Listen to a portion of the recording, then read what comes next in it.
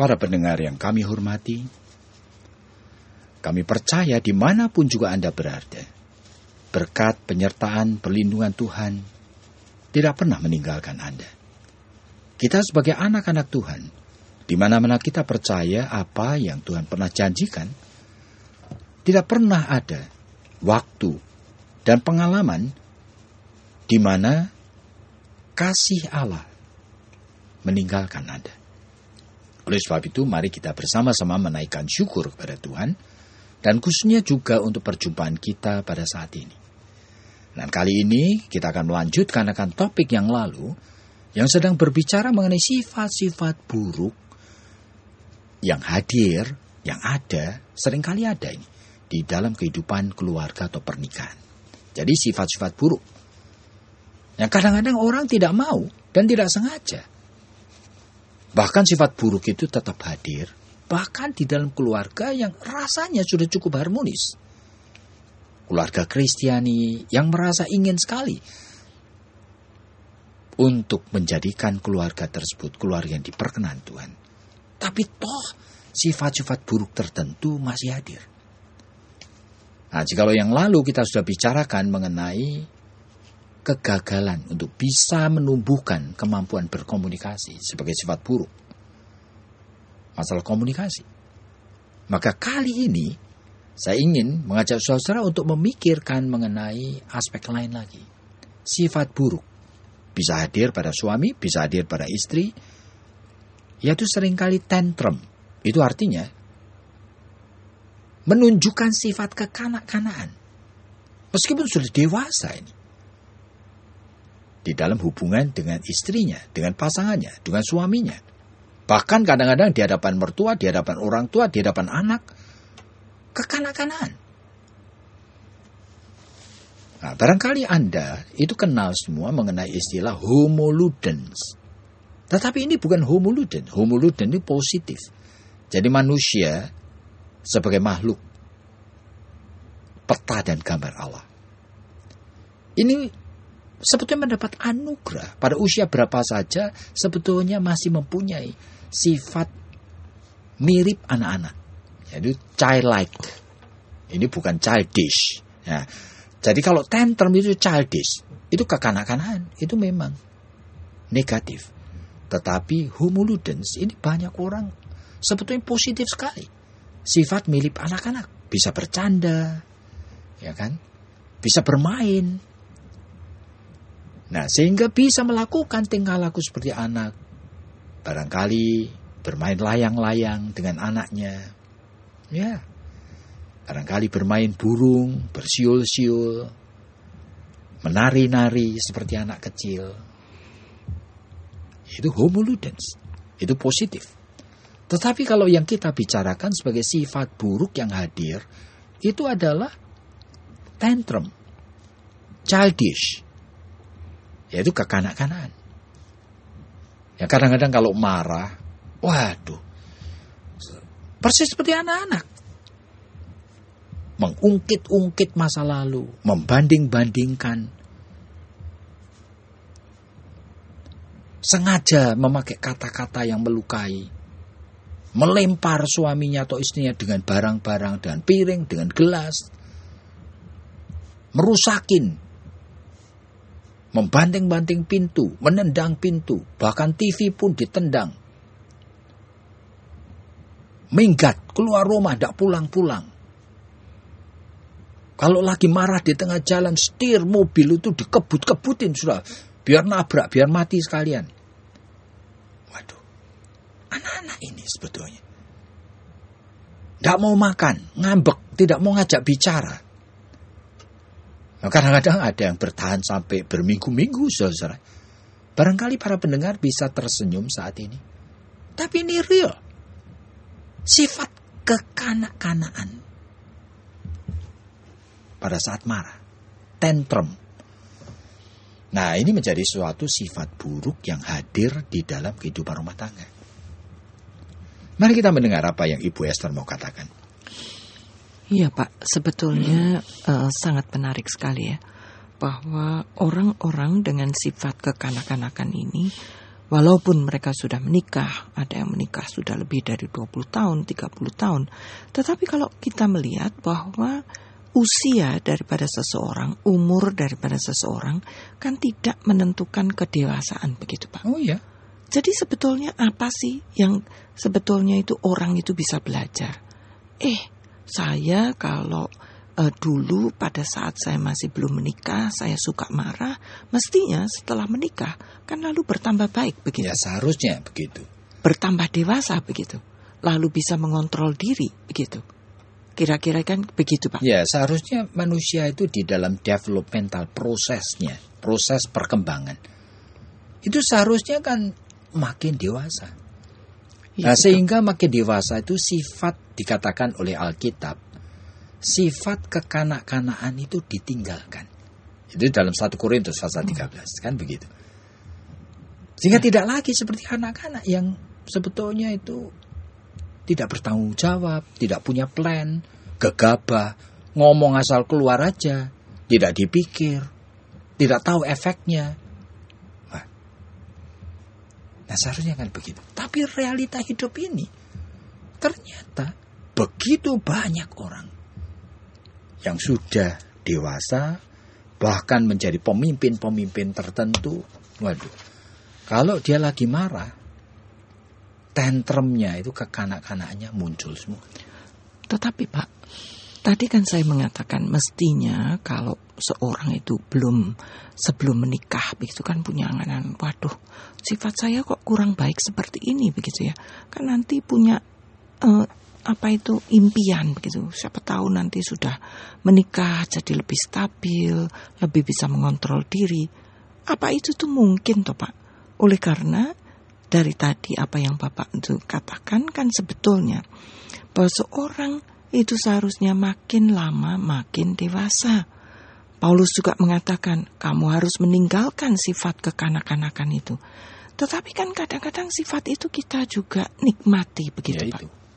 Karena apa sebetulnya dosa itu selalu meminta pelampiasan. Beratnya di sana. Jadi seperti keinginan marah, keinginan banting, keinginan merusak, keinginan melukai, keinginan untuk meludahi, keinginan mukul. Lalu itu keinginan-keinginan itu dosa ini. Minta dilampiaskan. Jadi kalau belum dikeluarkan tidak puas ini manusia.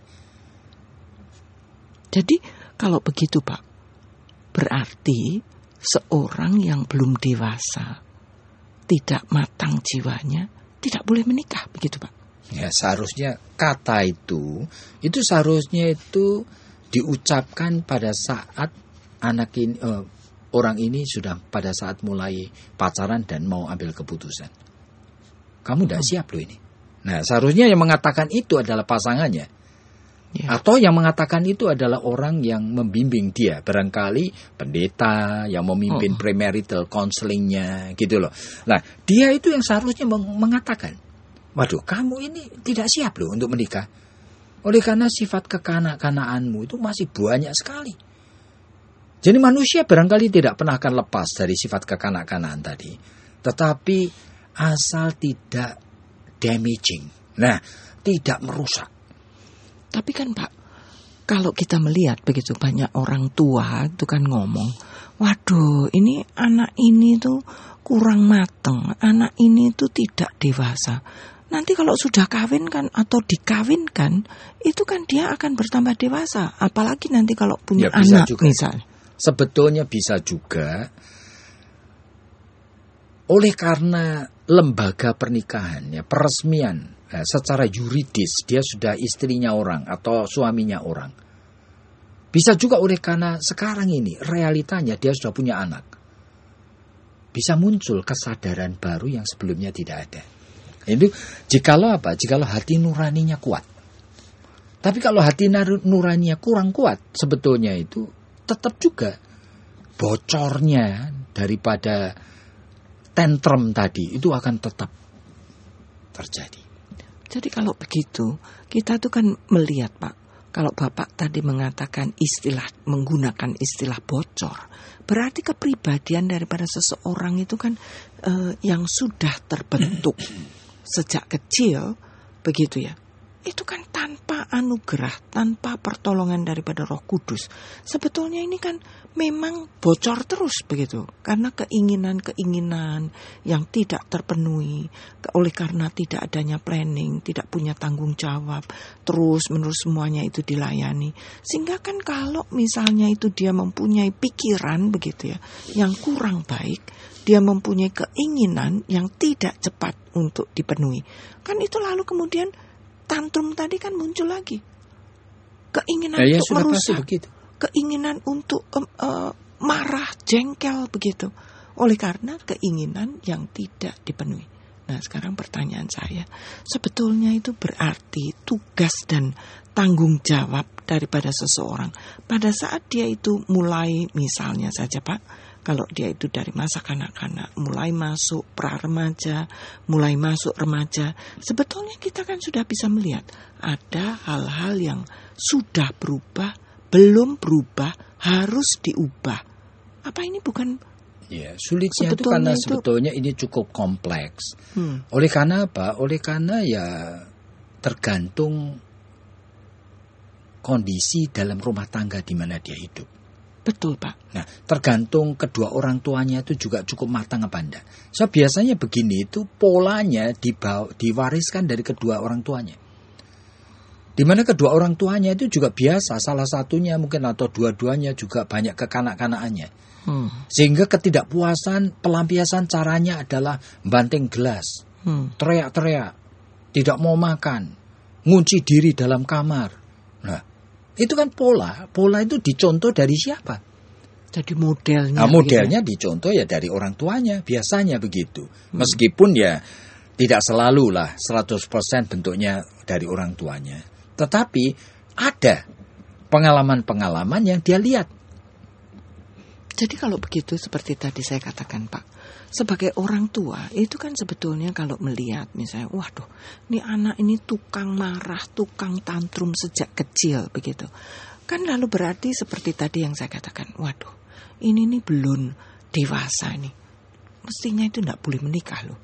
Jadi bukan mencemplungkan atau memasukkan dia di dalam lembaga pernikahan supaya menjadi dewasa. Kan tidak seperti itu Pak. Ya, tapi memang banyak orang tua itu merasa hopeless. Misalnya melihat anaknya sudah usianya sudah 25, 26, ada yang 27, 28, sudah selesai kuliah dan sebagainya.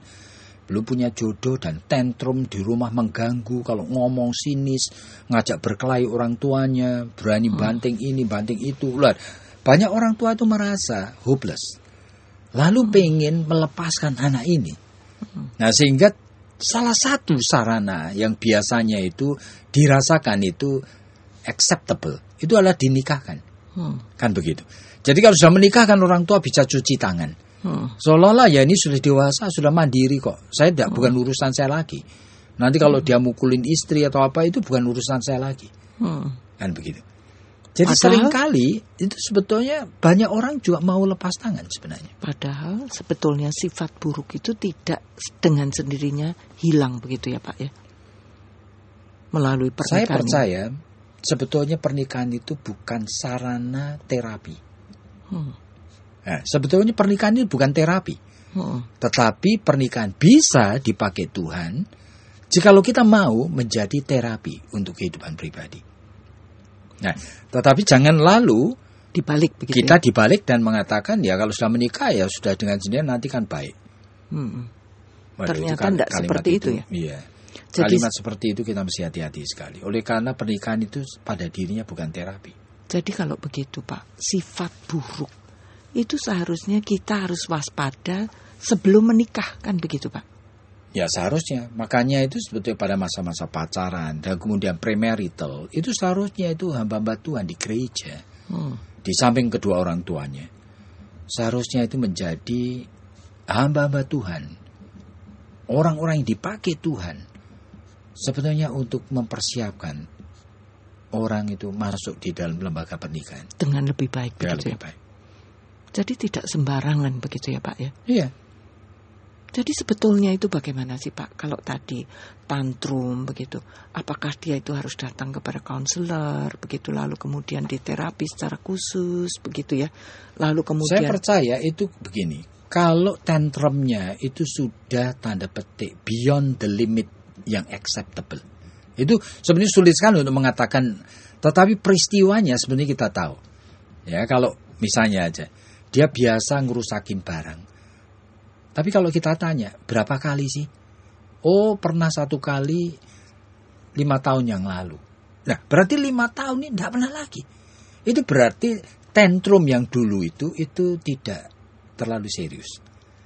Tapi kalau ini dilakukan frekuensi menjadi suatu habit.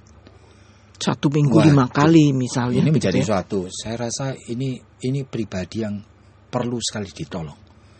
Oleh karena dia tidak punya hati nurani dan kesadaran diri yang cukup untuk bisa mengontrol akan tantrumnya. Dan mengubahkan sifat Oh, buruk iya. ini begitu ya. Tapi kalau yang tadi saya katakan pernah tantrum,